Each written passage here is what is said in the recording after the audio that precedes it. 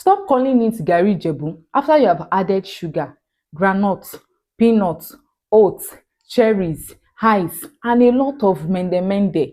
It will not give the slapping effect a Gari Jebu should give.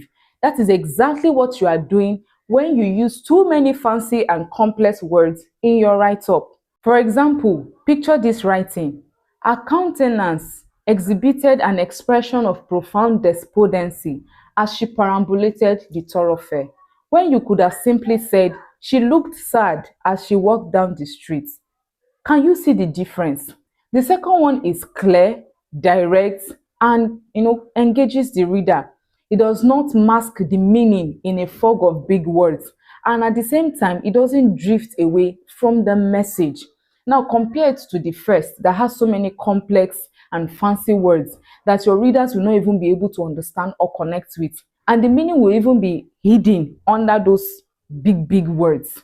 Now, using too many fancy words spoils your content because of the following reason. Number one, it confuses your readers instead of engaging them. Number two, it distracts from your message. People will not get your message because you are trying to impress somebody.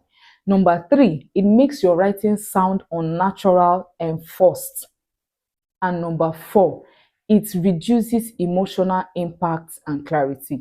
One of the things your content, your writing content should do is to be able to draw in your readers into your world and help them to journey with you as you are writing. They feel what you are feeling, they are able to connect with whatever it is you are writing in that story, book, content, or whatever it is. But when you have used too many fancy words, too many complex words to cover up these things, your readers will no longer be interested. Stop using too many fancy words. I hope to catch you in the next one. Please like, share, and subscribe.